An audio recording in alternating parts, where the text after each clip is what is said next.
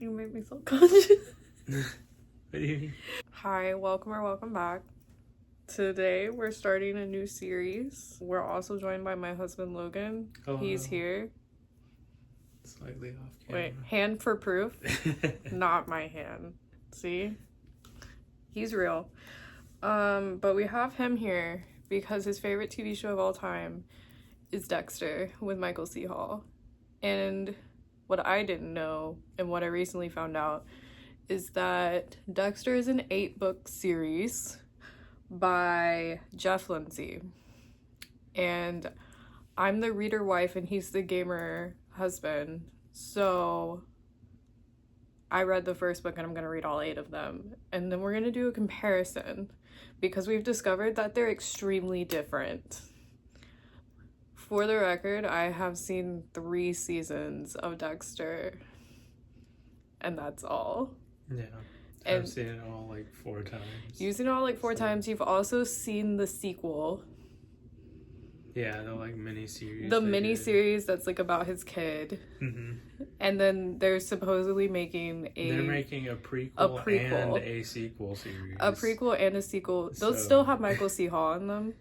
Or no? So I think like in the prequel, he's going to be doing the inner monologue of younger Dexter. Oh, baby Dexter. Okay. But then he is supposed to be Dexter in the sequel series. So he's not dead. Spoiler. Who knows? Spoiler. Somehow Palpatine returned. Palpatine returned twice. Somehow. That was the line from the movie that everybody memed to death. That was the line from the movie? Yeah, because everybody was like, how did Palpatine come back? And they're like, well, how did they describe it in the movie? Somehow Palpatine returned. All right, that's all you need to know. That is exactly how they described that in the movie. Anyways, we're off on a tangent. I like my tangents. Fair enough. I think they're fun. Anyway, so, read the first book. I have seen the first season, but I have him here because he remembers things way better than me. So we're gonna do a plot and a play-by-play of the book and the TV show and how they're different, because specifically the ending is extremely different and would heavily change the TV show. So the first book is called Darkly Dreaming Dexter by Jeff Lindsay, and a lot of the books in this series have that alliteration of like all D's or something, because the next one is like, I think it's Dearly Devoted Dexter is book 2, something like that. But okay, so this is book 1. Tiny synopsis about what even I'm referring to about Dexter. So Dexter is a psychopath, like confirmed, diagnosed, has no emotions psychopath, and he's a murderer, but he has a moral code that was instilled in him by his stepfather. Mm-hmm. Or adopted father? So adopted father, and then if you're nasty and you've watched all of the original 8 seasons, there's supposedly a psychiatrist that was also in on it the whole time that Harry was working with that helped develop the code. Yeah, that's... Well, sorry. No, but you're fine. But also, what? Yeah, it was a big left turn for the series. That's why season 8 was like not really the best. I didn't even finish it when I read. I have been told that the seasons continuously get worse after the first few, and that the ending is trash. Yeah. Yeah. Which is also kind of why I don't want to watch it all, but he will make me. But then you have to watch All the Penny Dreadful because that's my favorite show. That's fair. Okay. So he has a code instilled to him by supposedly his adopted father, possibly a psychiatrist. In the book, as far as the first book, it is just instilled in him by his adopted father, where he started off as a kid with killing animals, and then it grew to he needed to kill people because it's like an incessant urge that will make him go crazy and kill anyway. And so he gets a grip on it by only murdering murderers, specifically serial killers. And so to help with that, he has become a blood spatter analyst at the Miami Metro Police Department. And so with that as his connection, he uses the police's like information and leads to find his own victims. And he does not try to get caught. He tries to do it as smart as like humanly possible. Because that's like rule 1 of the code, is to not get caught. Yeah. Because he can't help himself. It's like a big thing, is he is a sociopath and he cannot stop killing. If he tries to stop killing, he will go crazy and kill anyway, is basically the tea. So he tries to kill people who he deems deserve it. And so that's the overarching theme. And then basically the show and the books are like him going through and investigating like these murder cases that he gets on. And then also it shows the side story of like how he gets connections to like people that he himself then goes and murders. And then it has like family drama and like stuff. And character development where he extreme character development. Develop bits and pieces of humanity. Yeah, because he starts off like basically a robot. Because of reason.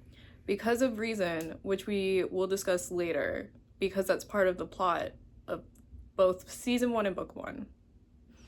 So, we'll go book first, and then how about you chime in if something is different in the show. Otherwise, we'll assume it is the same.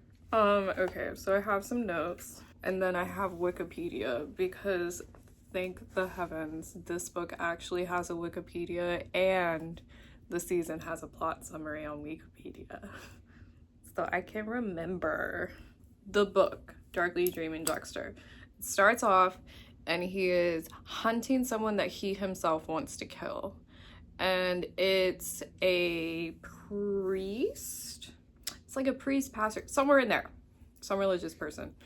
And they have like killed and buried some kids. And he gets in the back seat of the car and gets him to drive to the site where he's buried the children at, that he has done horrible things to and murdered. And then he has set up in like a building on this site his little area of cutting people up. The kill room. The kill room, if you will. He doesn't really call it anything in the book. He just like, he has to have a secure area, and he scopes it out like weeks beforehand.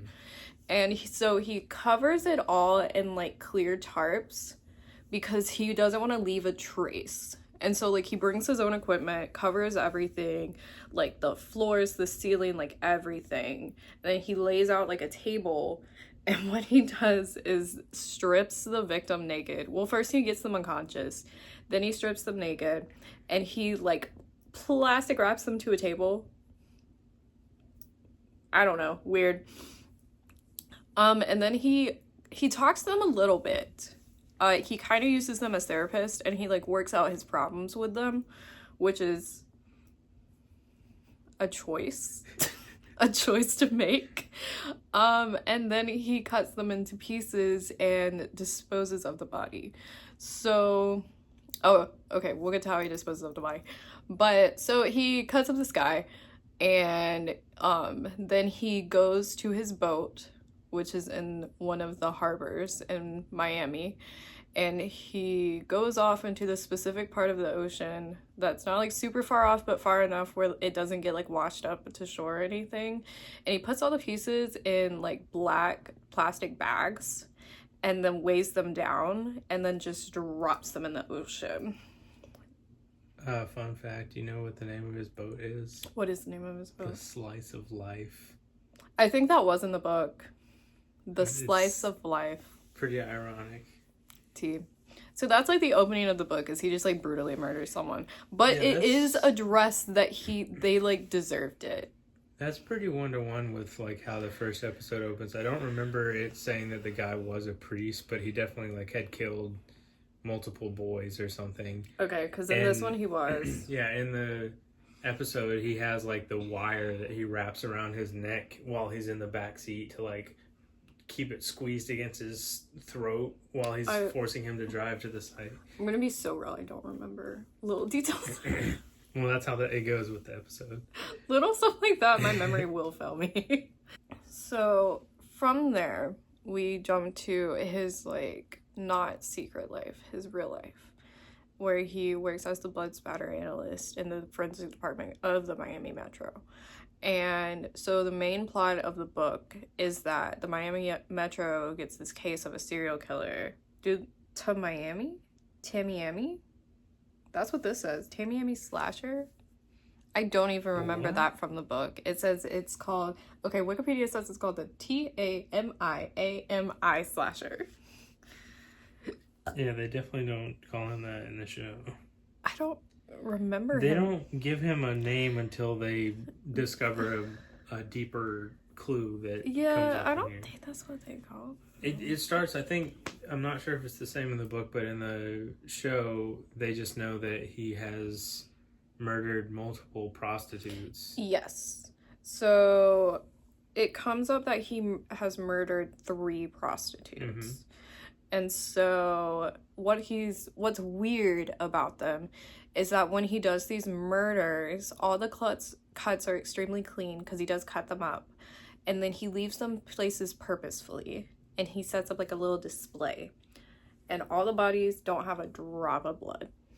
None. Not one drop left in them. So it's really weird because Dexter goes out to the sites, like to the first site, like normal. And then they're like, we have no use for you. And he's like, what do you mean? And they're like, there's no blood. And you're the blood spatter dude. So like, why are you here? And so then he goes and looks because he's psychopath brain being like, how did he make it less messy? And that starts to be a big pull for him in the book, is he starts to just like obsess over the fact that it's murder less messy. Mm-hmm.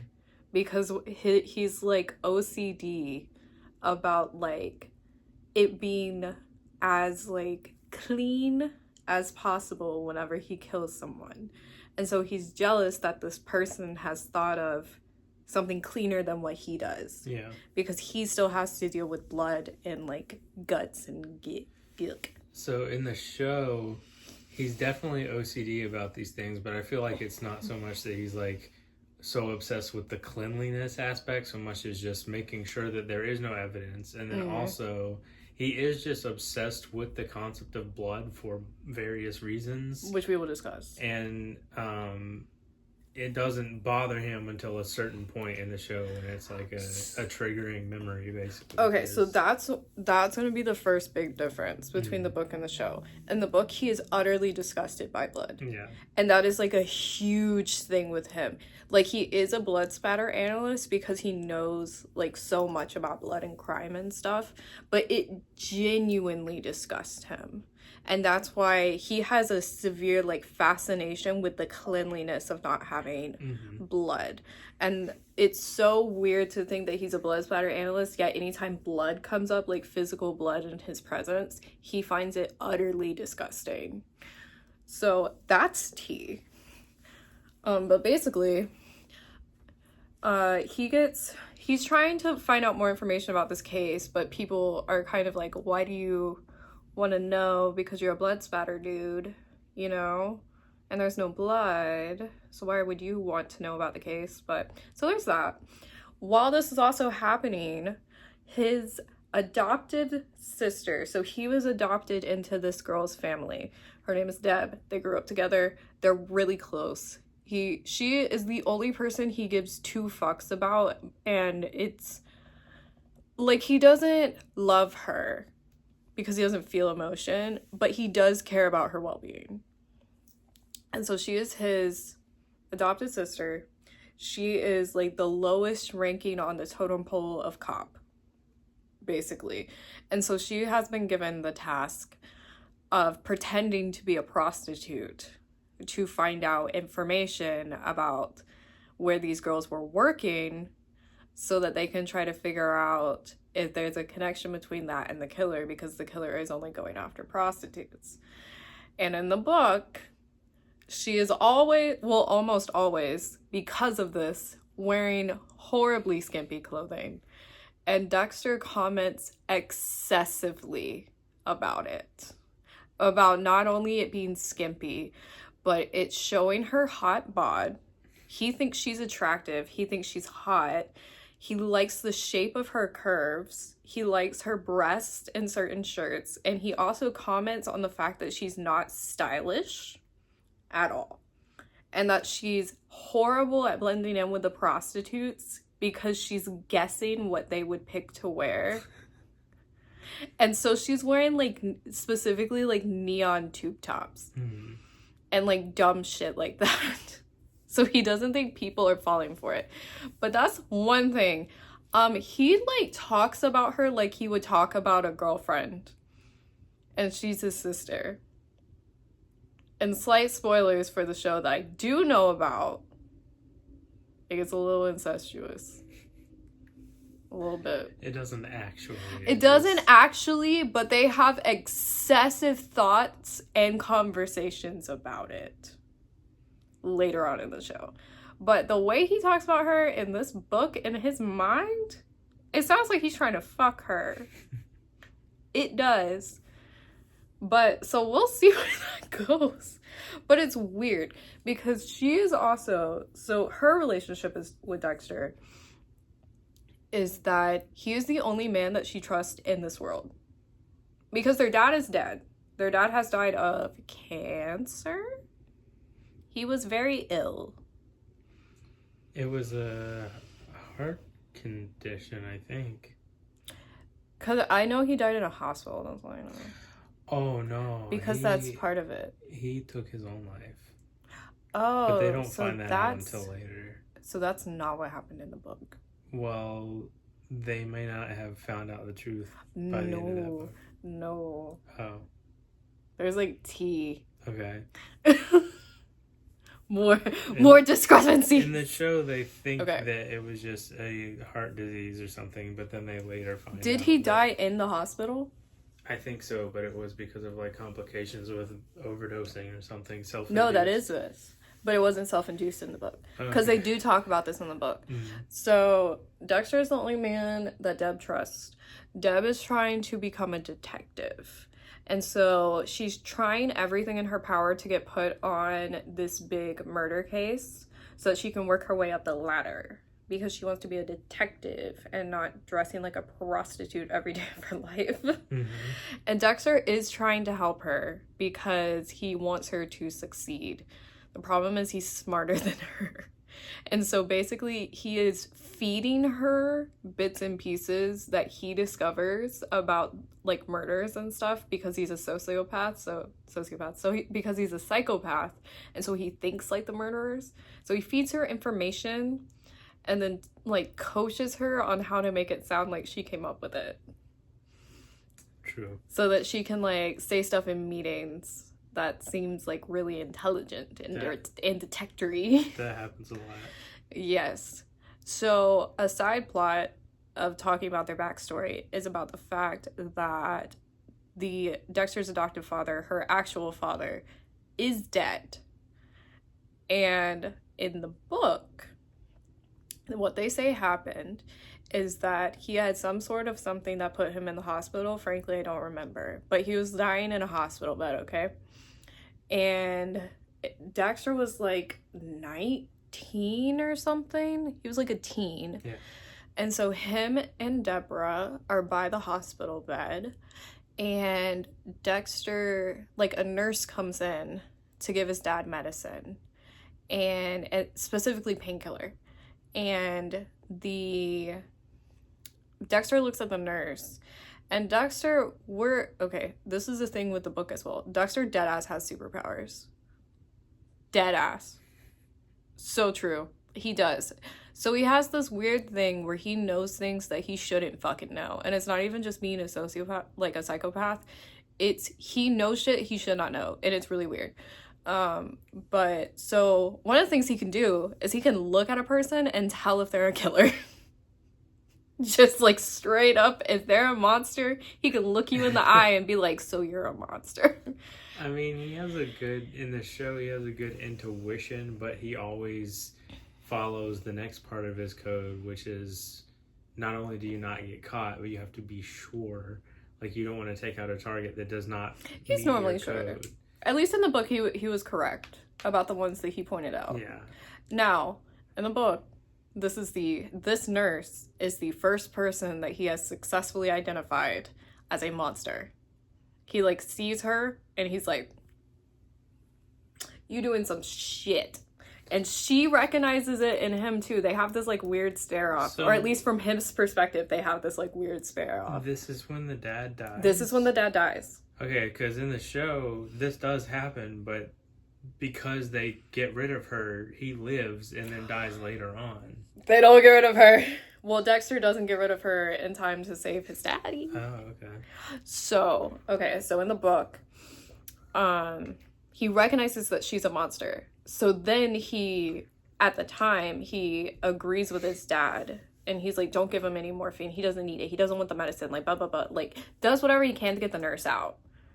And Deborah is there, a normal person, and she's confused because she's like, why would he not want morphine? He's in severe pain. And Dexter's like, something's off with that nurse. And the dad is like, yes, that is what's happening. Something weird is going on with the nurse. But the dad can't really talk to them because he's like just so ill. And so Dexter's like, just don't let him have this dose. She can come in and give him the next dose. And so he starts doing a little bit of digging. With Harry's approval. Harry is his dad. With Harry's approval, he starts doing a little bit of digging into the nurse. Turns out, she has a history of killing her patients by morphine overdoses. And guess what she's been giving his father? Overdoses of morphine. And his father figured it out, and that's why he didn't want the morphine. So, not in the show, his dad does end up dying.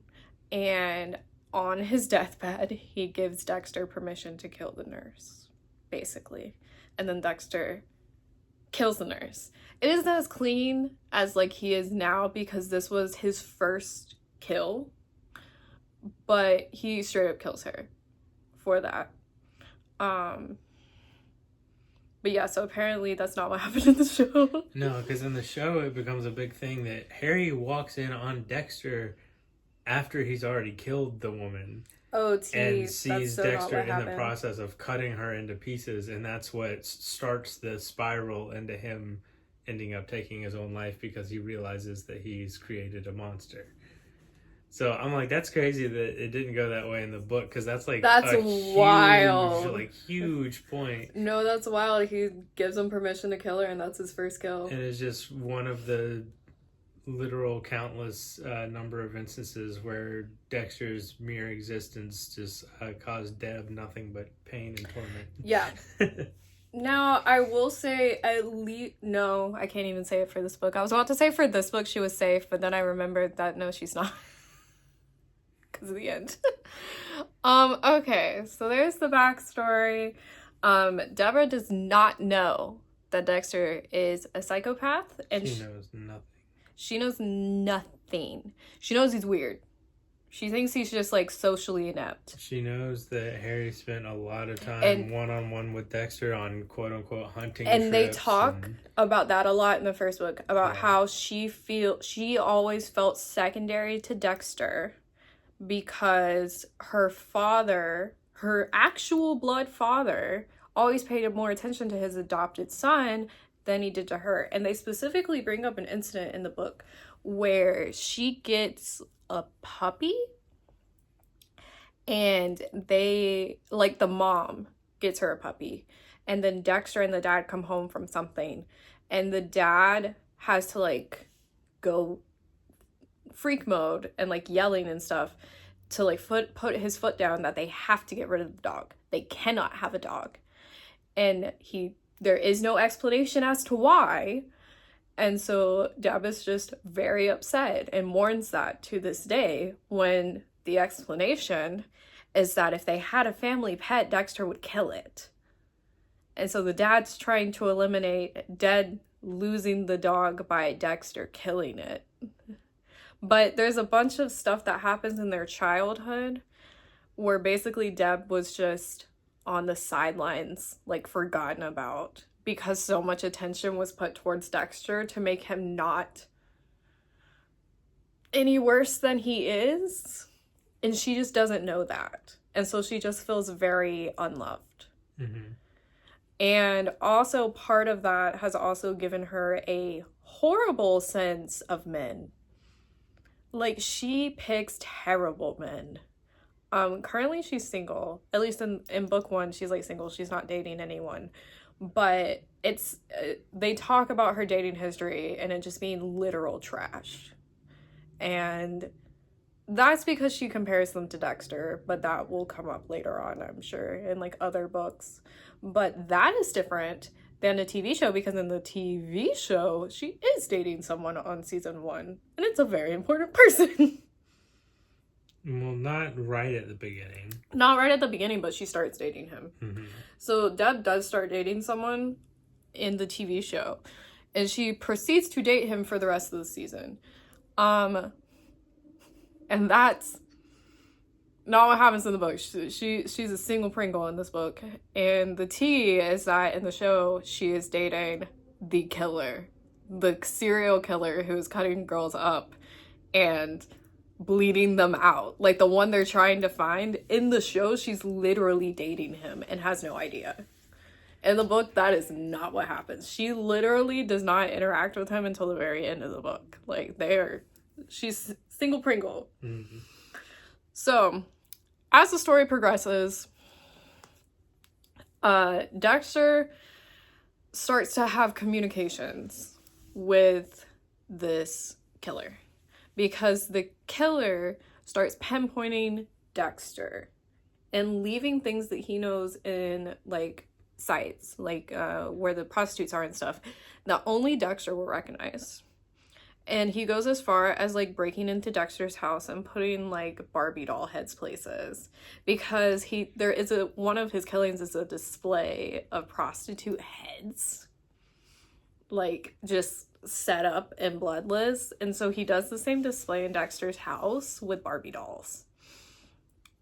And Dexter thinks it's fun. He's not freaked out by it. He thinks it's a game, because to two psychopaths, it is a game. And so he specifically keeps this from the cops, because now he's trying to figure out who the dude is, but he has no idea if he wants to kill him or not. All he knows is that somehow someone has figured out who he is. Yes, and what he does. And is targeting him with, like, locations from his own past. Yes. And through some of the stuff, Dexter starts to have his weird superpower thing happening, where he gets intuitions about shit he should not know. And the best, like, case for showing you that I swear to God it's a superpower is Dexter just wakes up. He's having trouble sleeping throughout this whole thing because he's having weird dreams. He wakes up in the middle of the night and just decides that he should go for a drive, okay? It is 4 a.m. He decides he should go for a drive. At this point in the story, they have figured out that the bodies are being transported in an ice truck. Ice truck killer, isn't that what the fuck they call him? They hadn't figured it out. It was a theory. Oh, it was a theory. No, you're right. The bodies were cold. The bodies were cold, and right? with them being dropped off in random locations around Miami, they were like, well, how would you go about doing that? And that's when it was Dexter. Dexter had the idea. Suggested ice truck, told it to Deb, and then that's when she said during one of the meetings that they should look for rented ice trucks. And that's one of his intuition things. Yeah. Because multiple times in the book, they're like, how would this happen? Or he's just, like, mulling something over. And then out of nowhere, random words will come into his head. And at this point in the book, it was ice truck. It just pops into his head. And he's like, no, that's how they did it. And I'm like, you can't know that. He's like 100% sure. He's not even guessing. He's like, no, it's an ice truck. The show describes it much better. The way it is in the book is much creepier. Mm-hmm. Like, I will say, as far as Dexter as a person in the book versus the show, Michael C. Hall is baby girl coded. Okay. He's baby girl coded. Mm-hmm. He is baby girl. Sure. And frankly, I'm not afraid of him. I mean, as long as as long as I'm not a serial killer, I have no reason to be. But... Or close to him in any sort of way. Like a friend, family member. Fair. That's the problem. Romantic interest. See, I'm holding out hope that in the book, everyone around him doesn't have horrible things happen to him. Because, like, I would be that bitch where I would be like, well, I mean, if I'm not in danger, you're still hot, so... So... Michael C. Hall is hot. Anyway, okay, so Michael C. Hall is, like, baby girl coded, right? Dexter in the book is not baby girl coded. Dexter in the book is scary. Just, like, frankly scary. Same code. He still won't hurt you unless you're a serial killer. But he's scarier.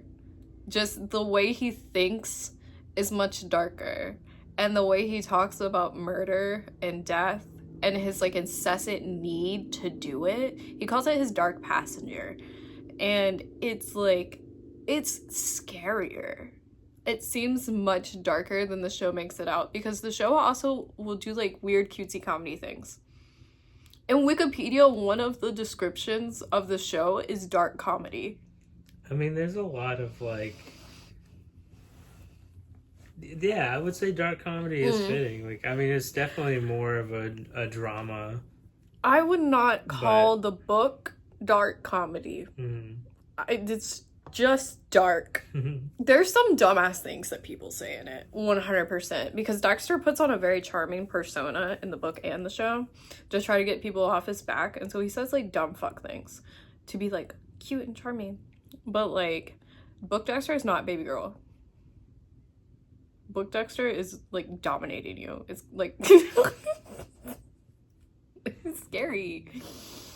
In a hot way, but still scary. So, anyway, as we were saying, he superpowers the fact that it has to be an ice truck. And so, during this time, he decides to go on a 4 a.m. joyride to just, like, clear his head. Who is driving on said road, if not an ice truck? Which does seem like, of course it is. Like, from an outsider looking in, it seems very much just, like, put there for the plot. But from an insider in the book, it seems like Dexter knew where the fucking truck was. No, it's because the dude has been watching Dexter. No. In the book. Yes. Dexter finds him and he didn't want to be found yet. How do you know that he didn't want to be found yet? Because they start going on a fucking high-speed chase down the highway. Oh, well, then that is so different. Okay, so pause. Let me finish. Okay, so in the book, I swear, it sounds like a plot point when I tell you, but when in the book, it sounds like, not that the dude was like wanting Dexter to be there. Dexter knew where the dude was. Dexter just showed up on the road and he's like, oh, an ice truck. And it's like, you have some fucking superpower to know where these people are. Because dude did not want to get caught yet. He had not enacted that plan. Dude starts off on a high-speed chase down a highway in Miami, which Dexter follows him on, cutting down different roads, trying to lose Dexter. And then finally he ends up making this, like, freak U-turn or something that makes Dexter, like, kind of crash his car, but not, like, total it. He, like, runs into something. So he has to stop. And so the dude does, like, a freak U-turn and comes back and throws something at Dexter's car and then speeds off. And then when Dexter gets out of his car, he threw a decapitated head at his car. So dude also knew that that was Dexter. That was on purpose. So dude did not want to be found. Dexter found him. And it was like, it did not seem like a coincidence put there for plot progression. It very much seemed like Dexter just knew things. Okay, so what happened in the show? In the show, they were theorizing, a bunch of them, not just Dexter, how they possibly could have transported the body parts. Because clearly the prostitutes weren't killed at the At sites the where site. the bodies were found. Yes. So for the bodies to be preserved the way they were, drained of blood and everything, and to be cold to the touch when they were first found, like, there's only so many options that you could perceive of, but it was Dexter who first mentioned to Deb that an ice truck could be a thing and to look into stolen or rented ice trucks in the Miami area. And then I can't remember exactly why he was on the road, but it wasn't like he just got up and felt like going for a drive. He was already out doing something and then saw a truck and was like, no way. Like, this is crazy. I was just thinking about ice trucks and this could be something. And then he follows it, but it's not a speed. It's like he's trying to be low key and following it, but then the thing does come to a stop and does a U-turn and like blinds him with his headlights, so he can't really see what's going on. And a head does get thrown at his car, and then he calls it in and everything. And Deb shows up, LaGuardia, everybody shows up, and they get the head and they ask him what he was doing out there, and he said, well, he saw the truck and was just following the hunch, and just so happened to be, seems like something's going on. Now, why he would have thrown the head at Dexter in particular, nobody seems to really question that, but yeah, clearly it's because the killer has been watching Dexter and saw Dexter and wanted that to be the next piece of the, hey, we're playing this game of cat and mouse, basically. Yeah. So in the book, he does call it in and like stay with his car and with the head and stuff, and then everyone shows up, like everyone at the department shows up, and they do question him, but the problem is that LaGuardia questions him, and this is another big discrepancy between the show and the book.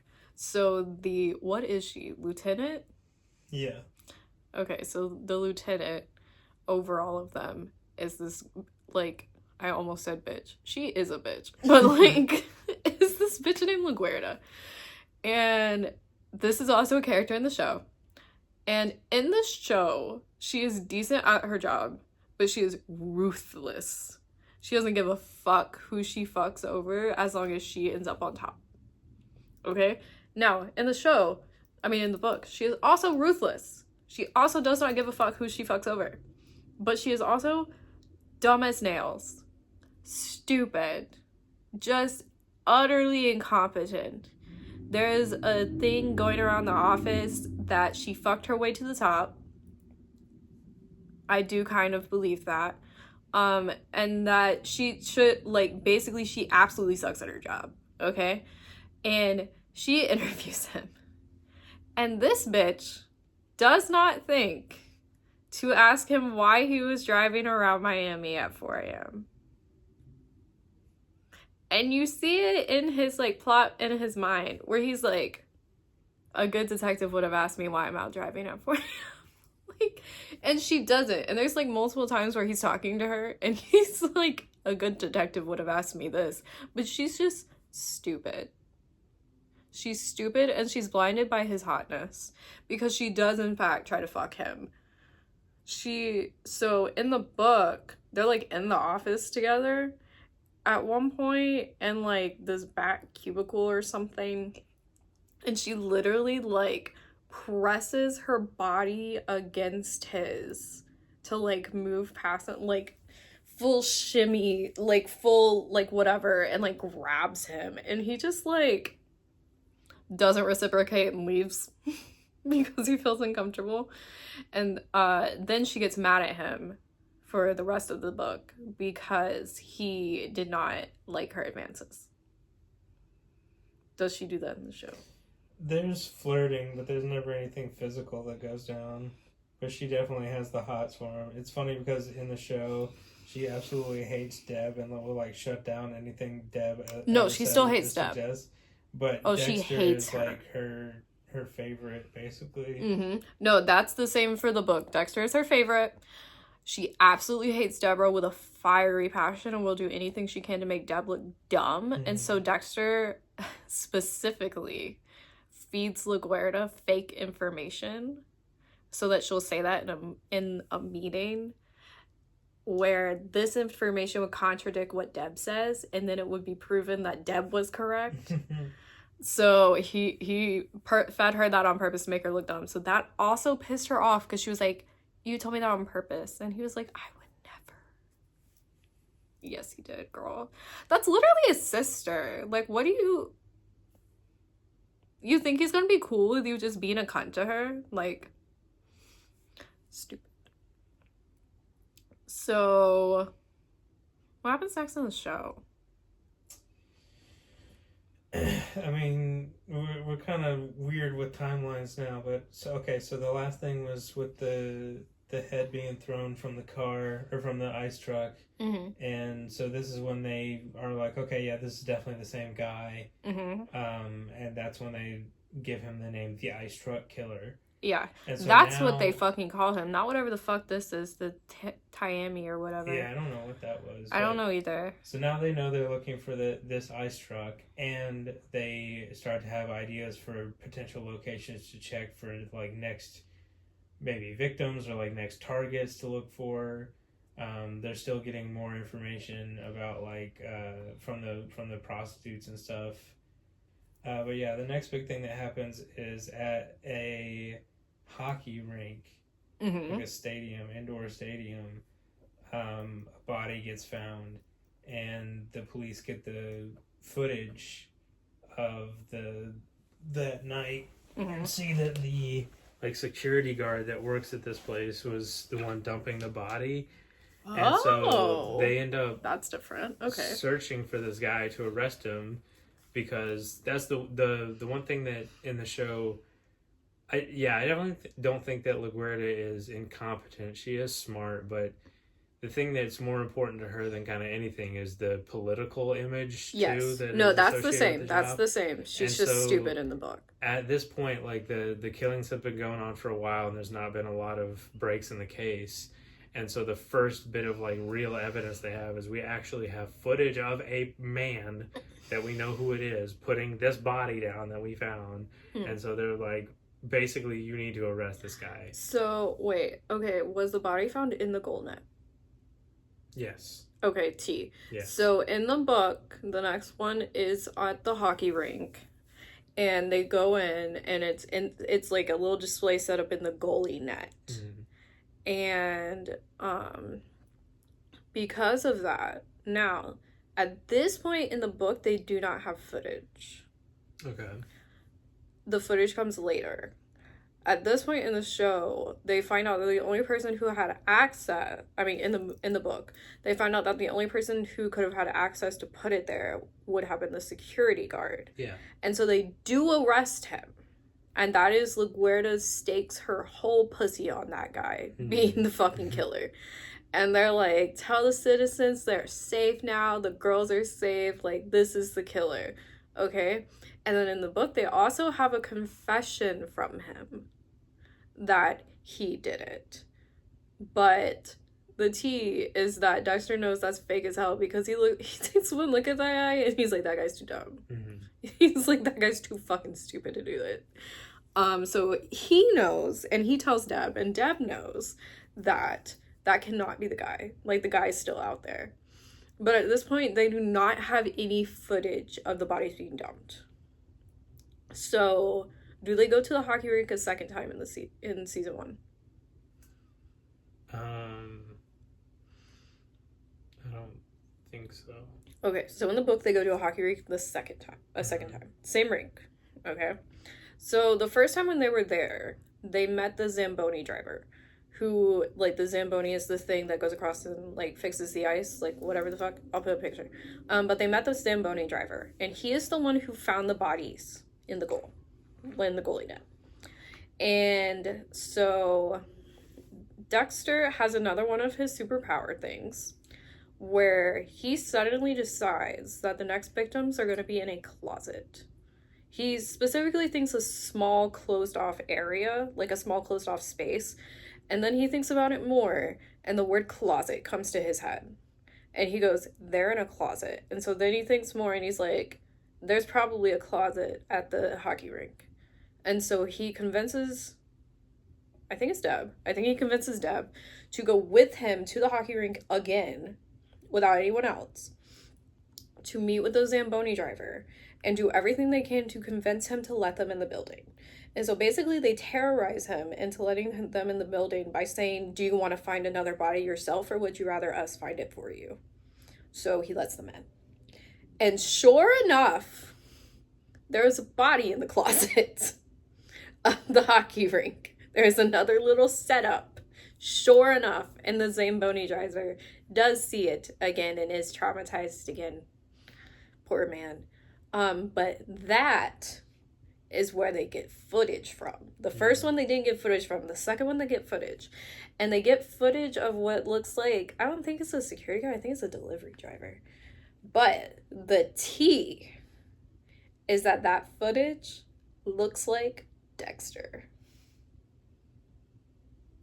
And apparently that's not a plot point in the show at all. No. Because the guy looks nothing like Dexter in the show. This is where it goes completely off. This is where it goes completely off the rails. Because in the show, the killer looks absolutely nothing like Dexter. Like, so Dexter is like a tall white guy, like broad-chested, red hair, right? Reddish brown. Like reddish brown. Like, he is redheaded in that show. I mean, I guess. He is redheaded in that show. Okay. In the show, the killer has curly black hair and is like scrawny. Okay. In the book, the killer looks like Dexter. Straight up. And so Dexter gets the footage first. And him and Deb see it first because they're the first ones on the scene. And Deb looks at it and she's like, you better figure out who this is and why it looks like you, or I'm turning you in as the killer. Because she's like, this is irrefutable. And the problem is it's like grainy footage, so you can't see the person's face. You just see their build and their hair. And with that, it looks like fucking Dexter, okay? And so Dexter takes the footage home and is like hyper analyzing it, zoom in, zoom out, whatever the fuck, and he can't even figure out what's going on.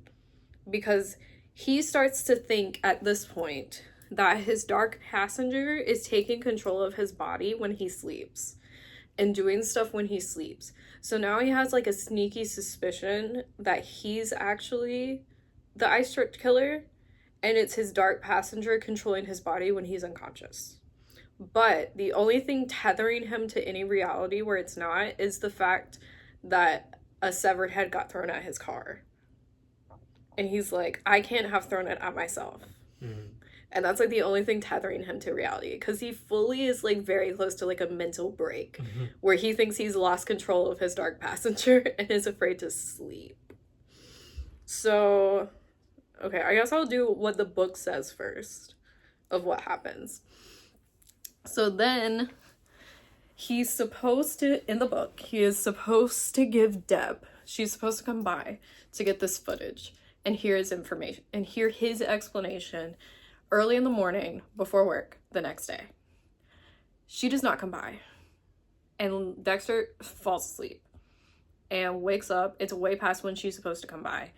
And he's like, why didn't she come by? Like, that seems very important. Then people are calling him, asking where Deb is because she didn't show up to work. And he's like, well, I haven't seen her. But then in the back of his mind, he's like, did I kidnap Deb with my dark passenger because I fell asleep, right? But he puts two and two together and he's like, no, Deb did get taken, but I couldn't have taken her. So now he's in this like thing where he's like, Deb is missing. The killer took Deb as like a final, we're gonna face off, we're gonna meet up because we know he knows that he'll come for his sister, right? And so then Dexter starts having his weird premonition thing again, and he's like, she's at the port, like specifically where what are they called? The shipping containers? Shipping containers. Specifically where there are shipping containers at the port. He's like, she's in a container, basically. Has this weird premonition. So he goes down to the shipyard. And When he gets there, another car pulls in beside him, and guess what it is? LaGuerta. The one time she's ever smart in this book, let me tell you. And he's sitting there confounded because he goes, there's no way she's smart enough to figure out shipping containers. Well, she wasn't. What she was smart enough to do was stake out his house and follow him when he left. So that's how she pulled up. So then they both go in because basically she's like, either you know something that the rest of us don't know, or you're the killer. Either way, I'm gonna catch you. So if you want to go in and search these shipping containers, we can, but we're gonna do it together. So they go in, and Dexter knows where to go. There are thousands of shipping containers. Knows where to go. And so he's purposely sends LaGuerta the wrong way. Because they go, we'll split up and circle back. Purposely sends her the wrong direction. Goes the right direction that he somehow knows. And he finds a shipping container with a air conditioning unit in it and turned on. And that's how he knows it's the right one. So then he goes around to the front where the doors are. And sure enough, it's set up just like his little killing room setup. Fully. And who's in there? But someone who looks a lot like him. And then Deb's naked strapped down to the table. And so then he has this like weird psychotic break where he recognizes the dude. And so then that throws him back into his childhood memory. And this is how we learn about Dexter's trauma that turned him into a psychopath. So in the past, when he was 2 or 3, he was trapped in a shipping container for 2 days. 2 days? Yeah. I think it's 2 days. As a toddler. Who was he trapped with? His brother. They aren't twins, but they are brothers, and they look extremely similar. So that's why the camera footage looked like Dexter was dropping off the body. It was his brother. Half-brother, technically, because I think it's not confirmed that they have the same dad. Well, I guess if they look so much alike, they would have to. In the show, they had the same dad, but they did not look alike. Yeah, but they're supposed to look alike, so I feel like they would need to have the same. I'm pretty sure they had the same biological parents. Okay. Well, Dexter didn't know anything about his dad, basically, because his mom was like a prostitute, right? Or was she just a whore? She was... I think so, and then she ended up becoming a criminal informant for the Miami Metro Police Department. She was not that in the book. Or else Really? he finds out later. I mean, I don't think they find out about that in season 1 either. Oh, okay. Well, according to the book, she was like basically a whore.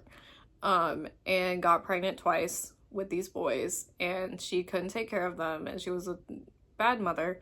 And she got herself like wrapped up in these like criminal activities and whatever that basically got her targeted. And so then they decided to kill her off. And so what they did was kill her in a shipping container, leave her body there With a chainsaw. Oh, it was with a chainsaw? I don't think they talked about that in the book. But they killed her violently in a shipping container, let her bleed onto the floor of the shipping container, and then left her 2 children, who were both toddlers, Dexter and his brother, in the container with a pool of blood on the floor because they closed the door. And so Dexter and his brother sat in blood for 2 days. And that is why Dexter is disgusted by blood in the book. / in the show has a fascination with blood. He sat in it for 2 days. And that's what turned him into a psychopath. And then that also turned his brother into a psychopath. His brother just did it a little differently, basically. What's his brother's name? Brian. Is that the same in the book? I mean, I don't remember. So. I think Brian it's the same. Moser. Brian Moser? Let me see. But he also has an alias in the show because he has a whole It is Brian. character. It is Brian. Okay. in the show. Yeah, he does. So in the show, he like is dating Deb as a means to get to Dexter. And that was like a whole other side plot. That is not at all what happened in the book. He literally just shows up and grabs Deb, and she thinks that it's Dexter until she sees his face, and she realizes that it's like off. So she's like, it can't be Dexter. It has to be someone related to Dexter that they just didn't know about. But then Dexter also has the passing thought of his dad must have known that there was another boy, which I assume will be later addressed in the book. But he did not like that, because why was he adopted? And supposedly his brother clearly did not get the same treatment. But basically he has this like break when he sees his brother and remembers these memories, because basically he's had them repressed, and his father knew what happened to him because his dad was a cop, right?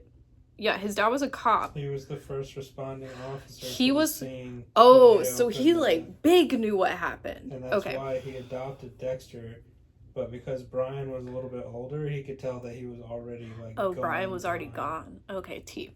So so he adopted Dexter, kept Brian a secret from Dexter, and helped to make sure those memories stay repressed, because Dexter did not remember until now. So now he's faced with his brother. And who is his brother if not the only person on this earth who understands him, who has the same needs and the same urges? And so his brother says that he wants to kill Deb together with Dexter, because that would eliminate this fake sibling. He is the true sibling. And they should eliminate her, because that's also the only person that Dexter cares about, and that's a crutch.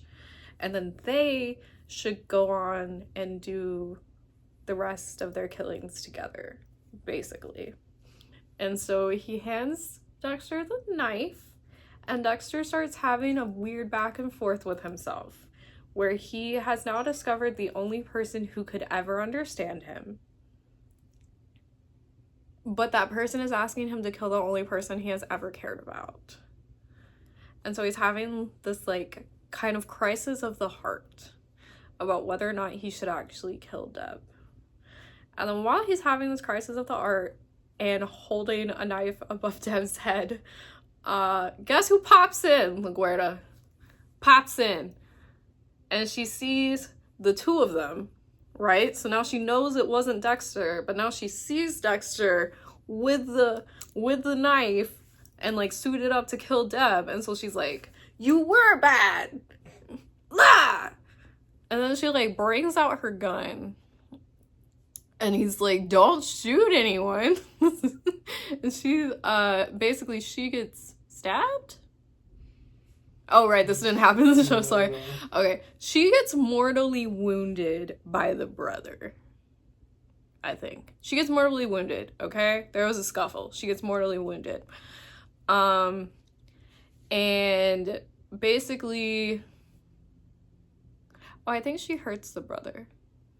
Does this actually tell me what happened with LaGuardia? Because that would be nice.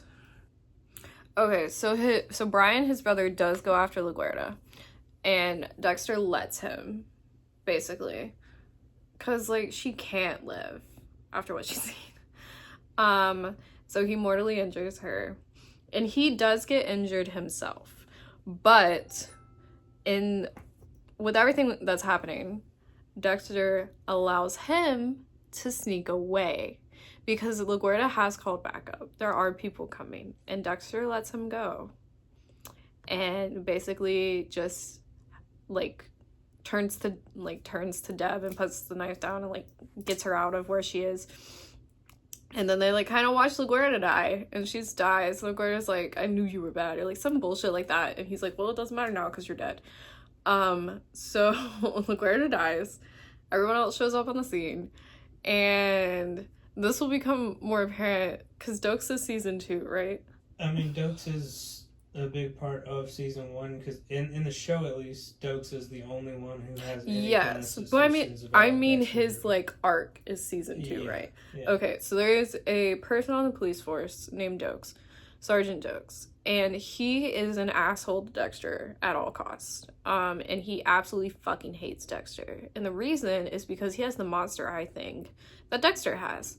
Dexter recognizes him as a monster, which means Stokes recognizes Dexter as a monster. No, both. And it's back and forth in at least the book. It's back and forth. Dexter recognizes him and he recognizes Dexter. And that's why he doesn't like Dexter, because he knows something's wrong.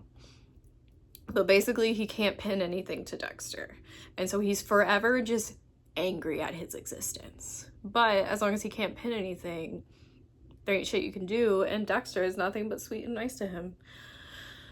So of course when LaGuardia dies, and it's in front of Dexter, and Dokes shows up, he's big mad and big suspect of Dexter, but he can't do anything because he also has Deb there, who's like, Dexter didn't do anything. All of this is crazy. This was Dexter's crazy brother. Like, you know, great backup, because Deb still doesn't put 2 and 2 together. Deb thinks that Dexter is still like, has never killed anyone, would never do any of this, just influenced by his brother. She didn't see this as like a coming to terms of 2 brothers who have the same problem. Still hasn't put that together. So Deb's like, Dexter didn't do anything. Dexter just saved my life. Dexter took me off the table. Whatever. So, but Dokes is in on him. Dokes is coming. And that is one of the arcs in season 2. So I assume it will be in book 2, but we'll see. Because basically it ends with them at LaGuardia's funeral. And Dokes is big mad at Dexter. But that's kind of like the end of it. But I know the show is very different. But hold on, because one thing I did forget to talk about was Rita. And Rita is Dexter's girlfriend. Dexter got a girlfriend for appearances, but she loves him for real. And she has 1 or 2 kids. 2. She has 2 kids, and they like him too. For real. But she was insecure and easy. And so he started dating her, but also he started dating her because she is terrified of having sex and does not want to have sex or like physical contact because of past trauma. And he sees no reason for any physical affection at all. Like, no reason for sex, no reason for anything. He thinks it's all just some dumb distraction. And so he liked that she didn't want anything. And so he is dating her for looks. And that is kind of like a side plot because he also helps take care of her kids and stuff. And that's part of his cover, because she's also fine with him like not staying there, not sleeping over. They can still have 2 separate apartments and like everything like that. It works out perfectly. But the perfectness is starting to slide a little bit in the book because Rita gives him a blowjob randomly. Just sits him down on the couch and gets in front of him. Like, and which is new to him, new to her. And he like doesn't know what to do with that, so he sort of like catalogs that for later. Cause he's like, I have bigger fish to fry right now. But that's a little bit of like definitely what's gonna come up in the next book, because it's called Dearly Devoted Dexter, and it's gonna have some stuff to do with his relationship with her. But okay, now you go off on how the season ends on the show. Okay, the quick recap from where like the first big difference happens, I guess, between the show and the book is that where you were saying they go back to the ice rink. Yeah, in the book they go back to the ice rink. In the show it's just the one time. Okay. And what ends up happening is LaGuardia gives Deb the job of staying at the offices at the station late through the night to just skim through all of the tapes, all the footage from the security cameras. Mm-hmm. And eventually she realizes that the security guard, I think his name was something Tucci or something, at least in the show, keeps like looking off to the side as if somebody is directing him on where to put the body and stuff. Mm-hmm. So that's when they realize that, oh, there was somebody else there. He's not our guy. Oh, that's completely different. Yeah, so at this point, they are putting out a message. The police are putting out a message that they're looking for this dude, mm-hmm. and that they will arrest him because he is their prime suspect as the ice truck killer. And so mm-hmm. they've already started assigning him as the ice truck killer, basically with no like real evidence whatsoever, and they don't even know where the guy is. Mm-hmm. But so what then happens next, the next big thing that comes through is a box addressed to Miami Metro Homicide gets delivered that has a piece of human flesh in it that is from this Tucci guy, the guy that they're looking for, the security guard. And oh, that's different. Okay. When Dexter and Masuka are like looking over it, they come to the realization that it was cut from someone who was still alive. And so they're like, oh, so this guy is still alive somewhere, and the killer is just like cutting pieces of him off and mailing it to us. Okay, pause. There is a part in the book where they do talk about the cuts being made while a victim is alive. Yeah. But it's not like a known victim. Like the victim was dead, but they figure out like forensically that when the cut was made, she mm-hmm. was alive. Right. So that was just like a little side plot in the book. Gotcha. Well, so eventually Dexter ends up finding this warehouse or whatever. I can't remember now what the location was. Basically what it was is the killer kept leaving clues and like postcards referencing different things. Postcards in the book. Yeah, different things from Dexter's past, like his childhood growing up. And so he was looking at locations from his past that might have been pertinent in some way, and one of them was like, I can't remember what it was. Maybe it was an old hospital or something. Maybe it might have ended up being the hospital actually where he did the first kill with the nurse, but it had been abandoned. Okay, did Dexter ever go to a construction site? Because I just remembered something that happened in the book. Not...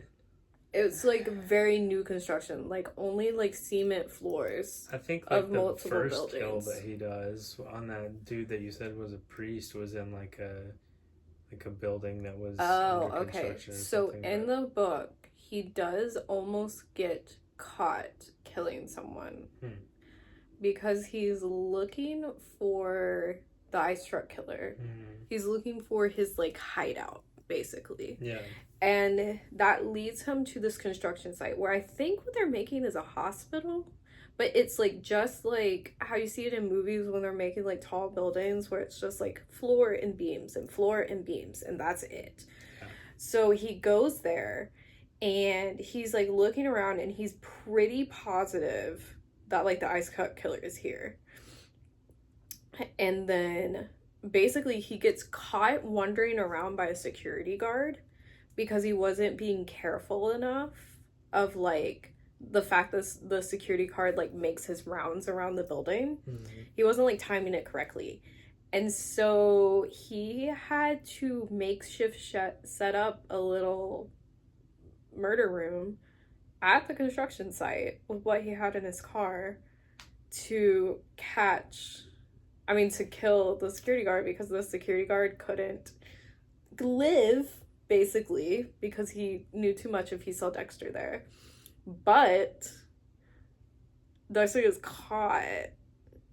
Like, headlights are seen. Like, he gets really close to being caught. And so he basically, like, runs out of the building and, like, exits the premises, but leaves the scene because he can't clean up. And then of course, the police find that. And they think it's the ice truck killer because of the setup is so similar to how Dexter kills. And so it's kind of covered up as the ice truck killer, but then there's some people who are still like but was he caught in the act? Because like this isn't clean, this isn't like sterile and careful. Like they're very confused by it, but the whole tea is that this was an accident that Dexter let happen because he wasn't being careful enough. Okay, that was just like a side thing that I remembered. Continue. So the actual timeline of which of these happens first, I don't remember, but the first big thing that happens with Blood that starts to really give him sort of glimpses of the past that he's repressed is that they get a call from someone at a hotel that like maids, or not maids, but the like housekeeping found that one of the rooms was open and there was blood everywhere. And so Miami Metro gets the call about it, obviously, and so they get Dexter to show up, and he goes in and he's got his full like suit on, because naturally you're just going to be working with a lot of blood, like a lot of bloodborne pathogens and stuff. You got to be full. Yeah, you always go in with like a hazmat suit. Yeah, so he goes in there, and Masuka, the other guy that works in the like forensics area of Miami Metro, has already seen it, and so he's talking to Dexter, and he's like, "Yo, like you are not prepared for this. This is crazy," and he's like kind of giggling about it because they're used to seeing all kinds Masuka's a freak. Gory, horrible Masuka shit. is also a person in the book. He works in the crime lab with Dexter, and he's not a freak in like a dangerous way, but a freak as in like stuff like this like tickles him. Like he would laugh at a room full of blood. But so also he's not thinking that it's going to impact Dexter in any way, because Dexter looks at this stuff all the time. So Dexter goes up in there, and all the blood like immediately triggers him, and like he sees images flashing back of him in the pool of blood in the shipping container. But at this point he has no memory of these actual events, him ever having a brother. At this point, all he knows is that his father adopted him after something bad happened, and they don't talk about it, basically. Yeah. And so he starts to have those flashbacks and stuff, and that causes a big deal. But then he's able to get some time off of work because he faints and literally falls face first into all the blood. Ooh, that would make it worse. Yeah, and LaGuerta lets him have some time off, so he uses that time to try to like piece these things together some more, because he's like, clearly all this stuff is being targeted at me. Before he takes the time off, actually, he's just sitting in the hallway and having Masuka like give him like tell him about this situation in the room and everything. And there's a couple things they notice. The room number matches a number that's like marked in the like Bible that's on the nightstand or whatever. And then there's also like a record that's on the record player that has a specific song that's playing. And so the specific number, like they keep looking through trying to figure out what it could possibly be. And Dexter immediately thinks that it probably has something to do with himself and his own past, because all these little things have been adding up to that. And so he hangs on to that number, and that becomes a big part for what comes next. But the reason why Brian becomes so heavily involved with Miami Metro and Deb and how they end up dating is that after Dexter is able to figure out where the security guard from the hockey rink is being held, and they rescue him and they get him to the hospital and stuff, he's had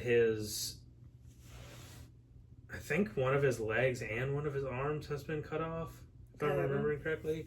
So they have to get him a prosthetics specialist to get him prosthetics. In comes Rudy, who is a black curly-haired, I wouldn't say scrawny, I would say lanky, because he is kind of tall. They probably made him look different than Dexter in the show so that they could have him as that continuous character. Because if he looked too much like Dexter, people might put two and two together. Yeah. Since they were going to have him in the show, like, as a ongoing character for the season. I mean, it was a well-done twist. Like, the first time through, I did not immediately put two and two together that it could be him, because he's just literally introduced as, oh, this is the prosthetics guy. Yeah, very natural. Yeah, and then, well, how do we keep him important enough as a character to keep coming back? Well, what if Deb shows up to question Tucci, the guy who got his arm cut off. Yeah, who got his arm cut off. And so they're questioning him, trying to get information about who the killer is. And she happens to meet Rudy, and they hit it off. Okay.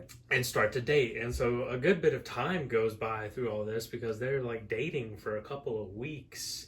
And like the relationship gets really good. And then a thing goes down where Dexter gets information that someone who is supposedly his biological father has died, and in his will there's a house that's left to him.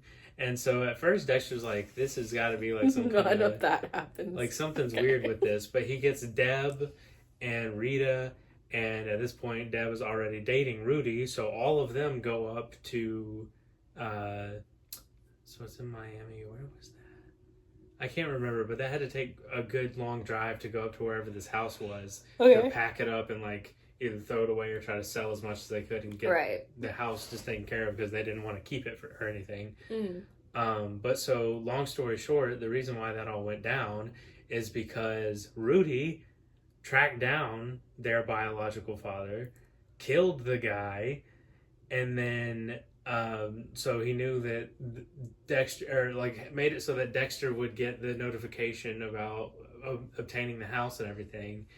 And then it was just by happenstance that he was invited to go with them to help pack up the house. They don't talk about the biological father at all. They also don't talk about what his brother does as like a job or what he has been doing this whole time. They don't like, he tries to get Dexter to kill her and then he scoots off into the sunset. Well, so yeah, that all goes down. So they actually have a moment where they hit it off pretty well. But Dexter doesn't really see anything at this point because even though he does have the ability to tell when somebody is a monster, if he's not directly looking at them under that context, he doesn't like just know. See, in the book, he doesn't need context. He just fucking has it. It's but also, weird. Rudy is like way more charismatic than Dexter is. Like he's kind of like a Ted Bundy level. Like, I mean, obviously he gets Deb super easily. Half because, you know, Deb's history. Well, Deb's also easy. Well, not to be mean. He calls attention to that because the whole thing and all the crux of all this that goes down is as Dexter's like desperately trying to figure out who this guy is and then also killing other people in the meantime. Deb is like, she's supposed to be working late on a particular case or something, and he's like, well, let's like, you gotta have dinner, basically. He's like, you gotta come have dinner with me. And so she ends up going out on a boat with him to have dinner, and he proposes to her. And so, yeah, and she says yes. It's only been a few weeks. Right.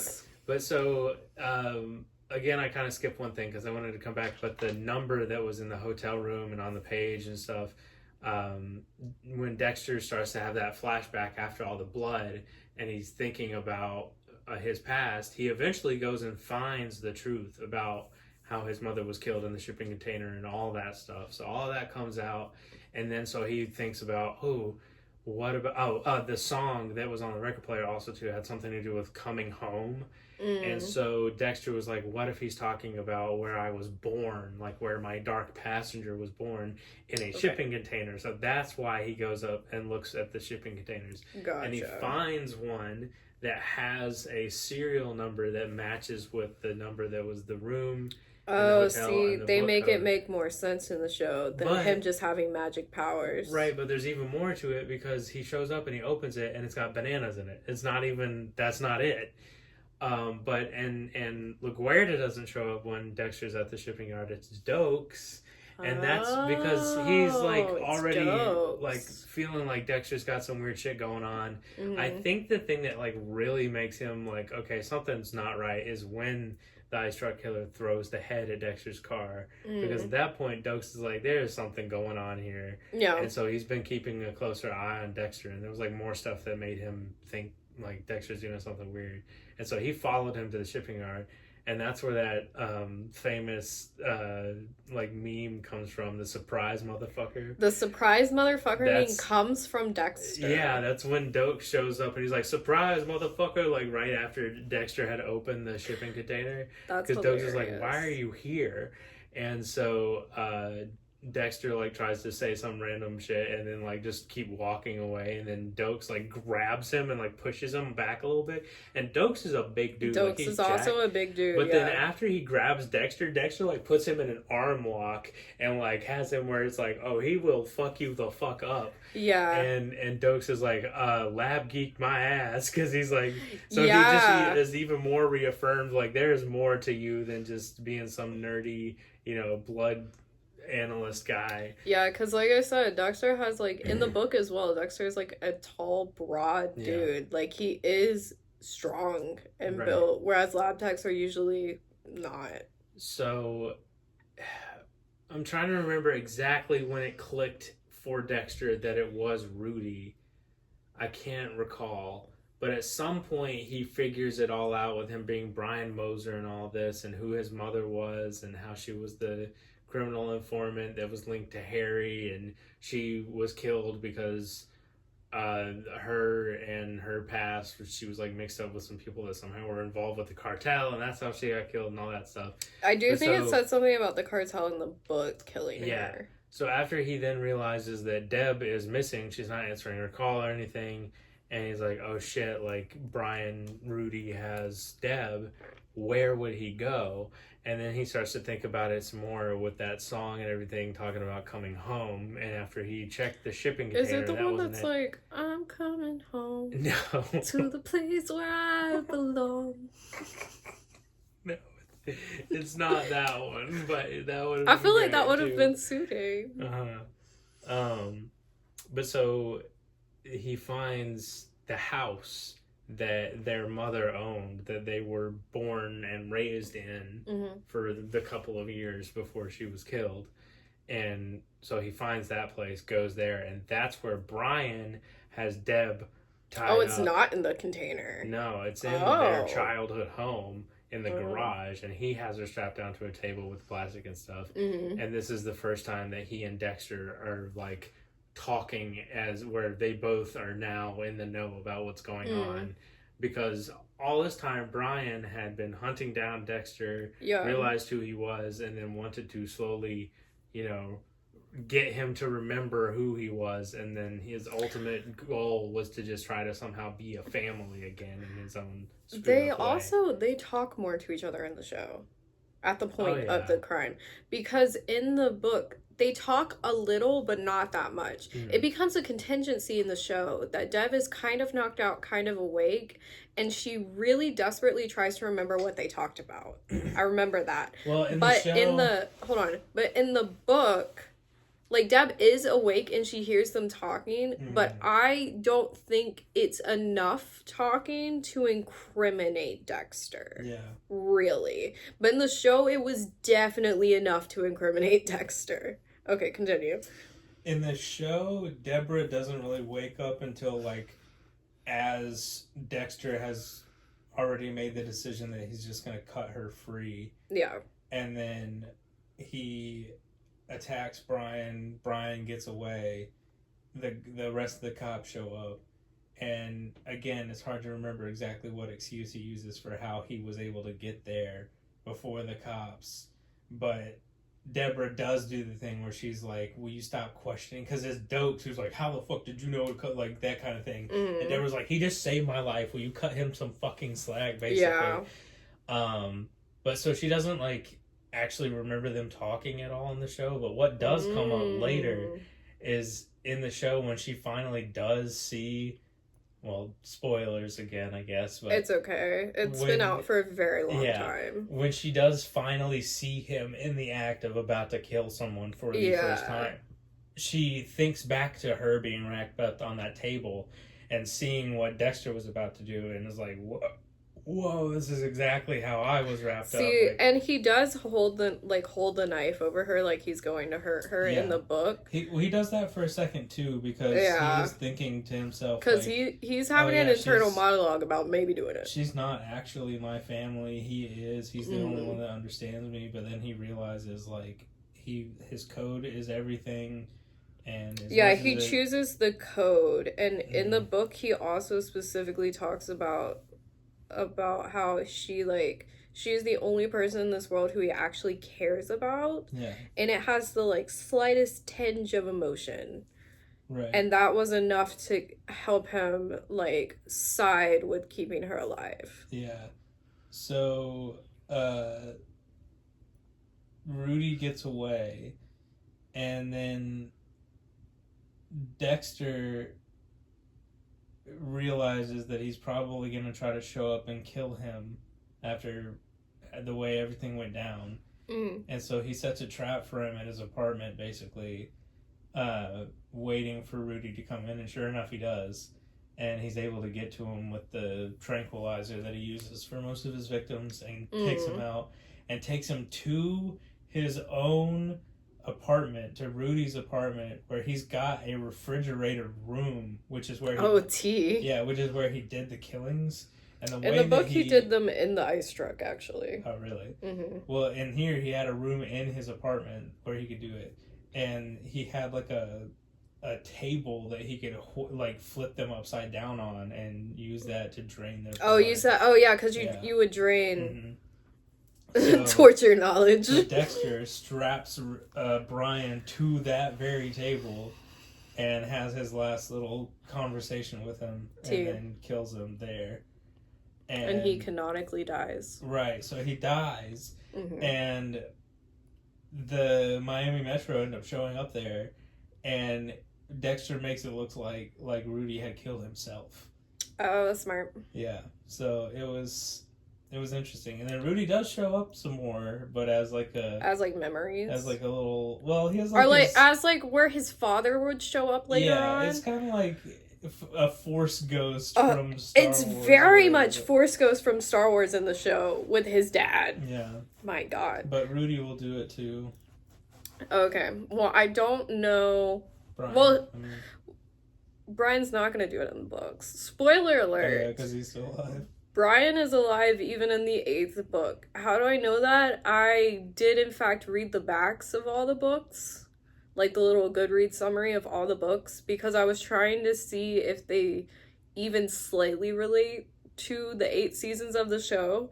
And they do slightly relate. But spoiler alert, they talk about his brother Brian being alive in the 8th book. So Homeboy's making it all the way through the season.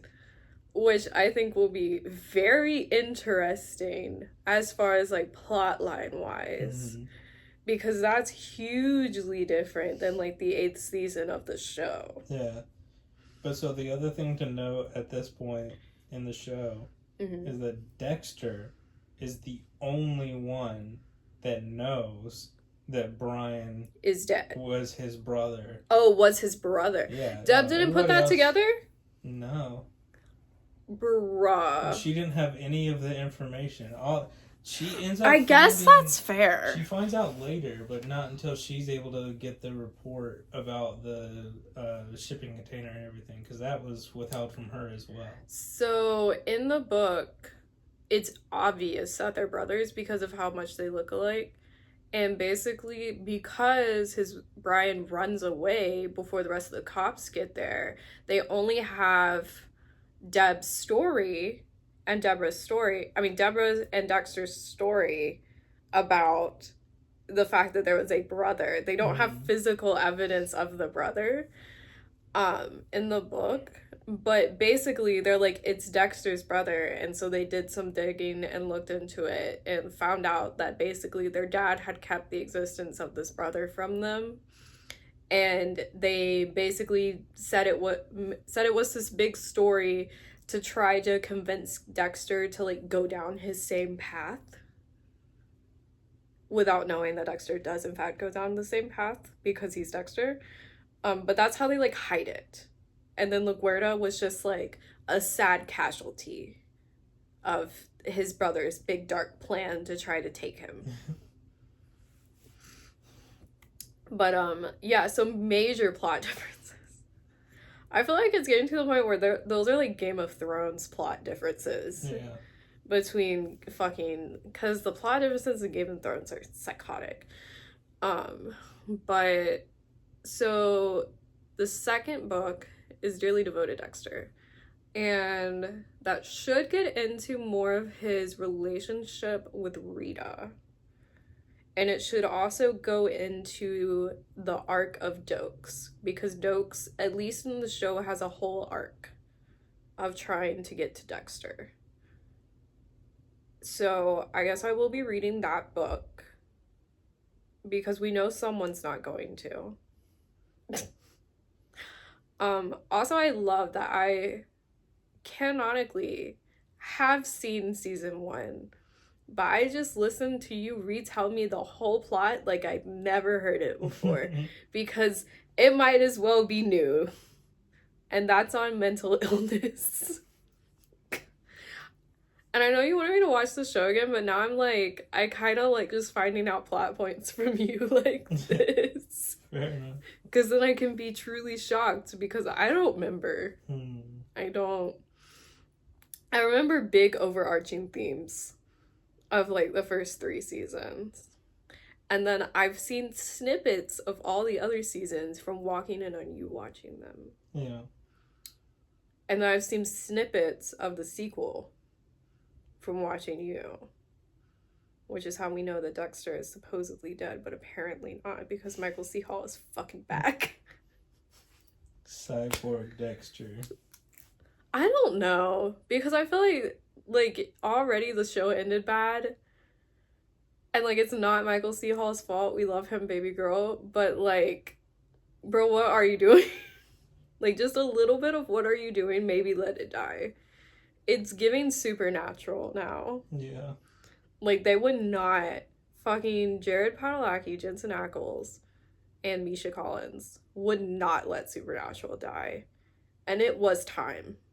It was time around, like, season 10. It was time at season 5, but it was really time at, like, season 10. And they just won't let it die. And now I feel like Dexter is on that same track. They just will not let it go. But that's book 1 and season 1.